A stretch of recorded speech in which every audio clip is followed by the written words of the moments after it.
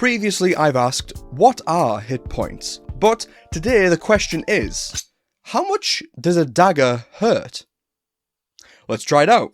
Hello everyone and welcome to Dungeon Bits, and in making my system, Sanctum, there was a list of things that I knew that I wanted, and a few of them being simplicity, equipment choices mattering, and the world feels dangerous. So, I considered equipment, and really, in our TTRPGs, the importance of equipment comes down to one thing.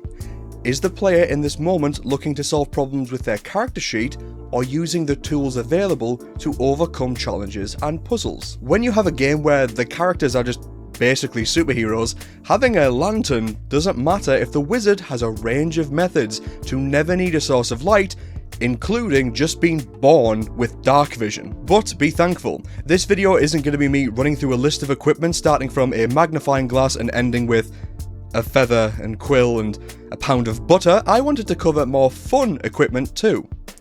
Weapons. So, let's answer that first question. How much does a dagger hurt?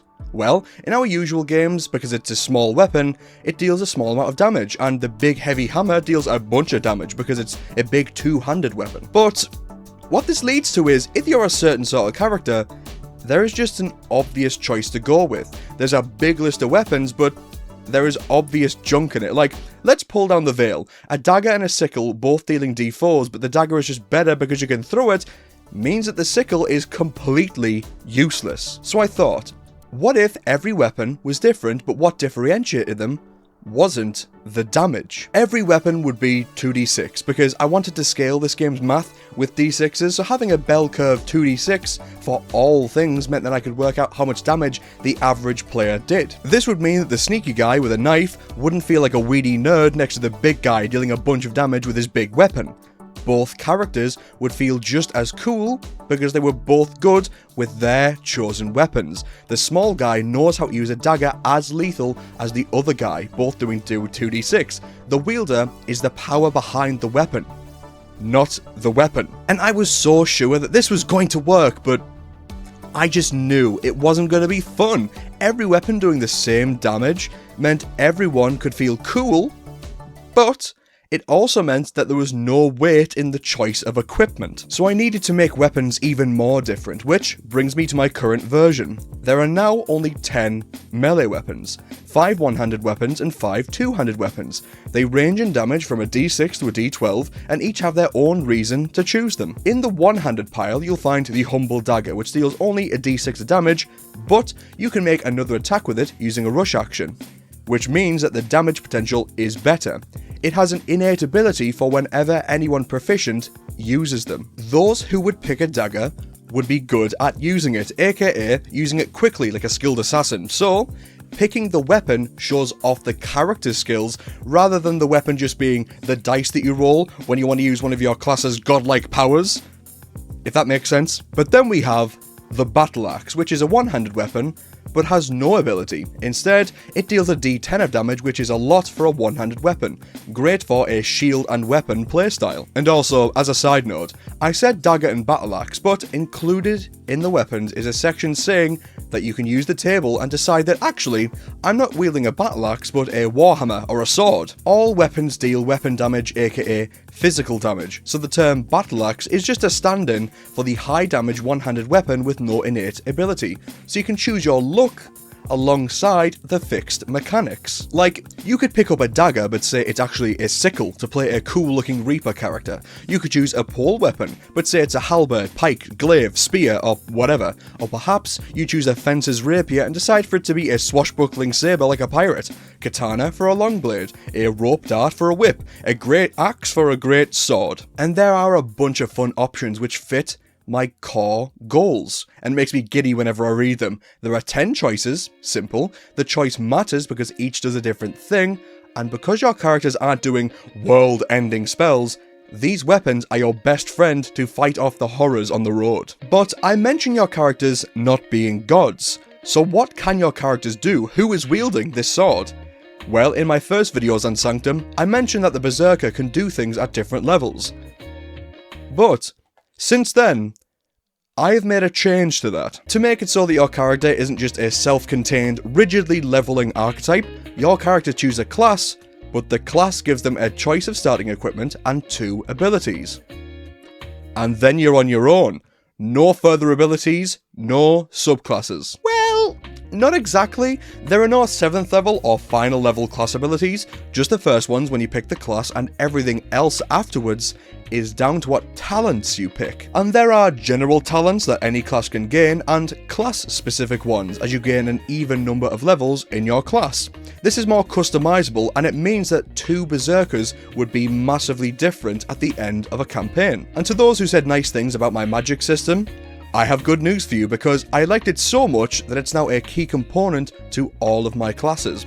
All classes can fight on forever, but they can do extra cool stuff by making a potency roll to see if they gain exertion. All characters start with 1 potency, which is a measure of how powerful you are, and as you reach odd numbered levels, this increases by 1, which lets you cast better spells and use better abilities at the risk of taking exertion. This was the perfect answer for how I could make the casters and the fighty guys on equal footing. They are both able to fight on, but both have equal chances to run out of steam from using too many cool abilities without restricting all characters to fixed class level tables. And that all sounded disconnected, but let's bring all these points together.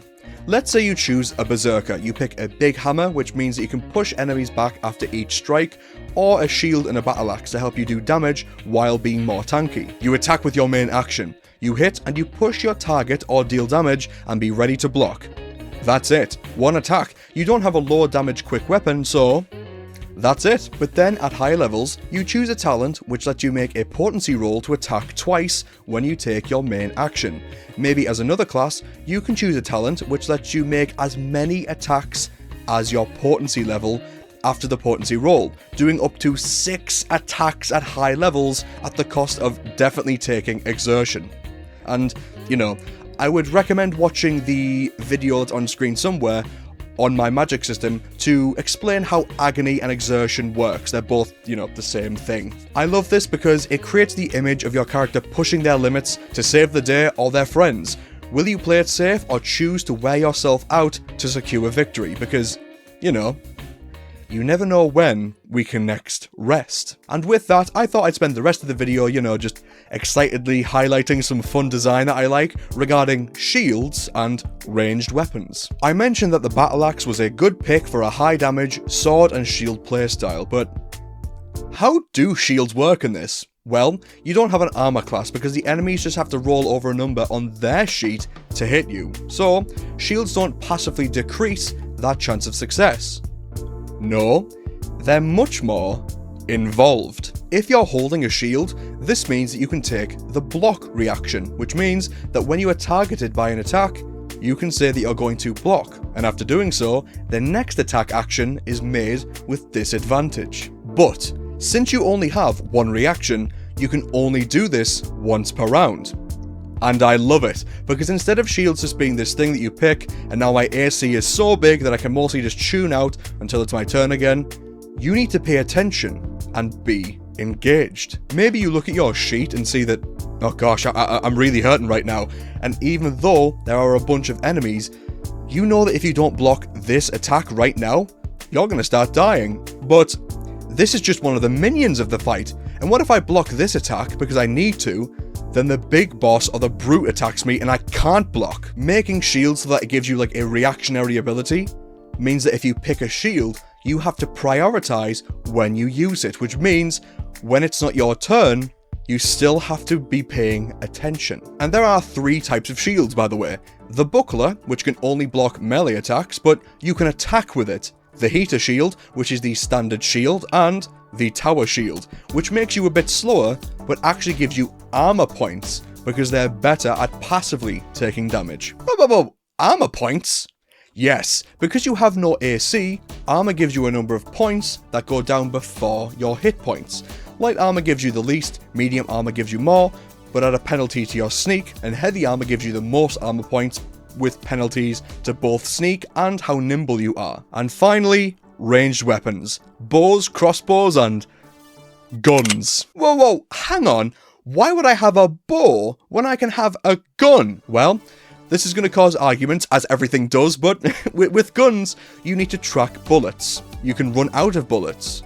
And of course, guns are very loud. Meanwhile, bows and crossbows are quieter, and you can retrieve your arrows or bolts after a fight. So, the simple mechanical catch-all to solve this is, you don't run out of arrows or bolts during a fight. And that was a lot of info, but I kind of feel like I need to get the info out there to escape accusations I'm copying anyone, because the community loves to do that, and of course to get feedback out there quickly. So I hope this all piqued your interest for more details on these super cool weapons. I'm Ellis. Leave a like to help out the channel and check out the description for my socials and products, and don't forget to subscribe to keep up with Sanctum. Also, until the game comes out, click the video on screen to make better characters that lie behind the armor, talents, and the equipment, with unique backstory ideas.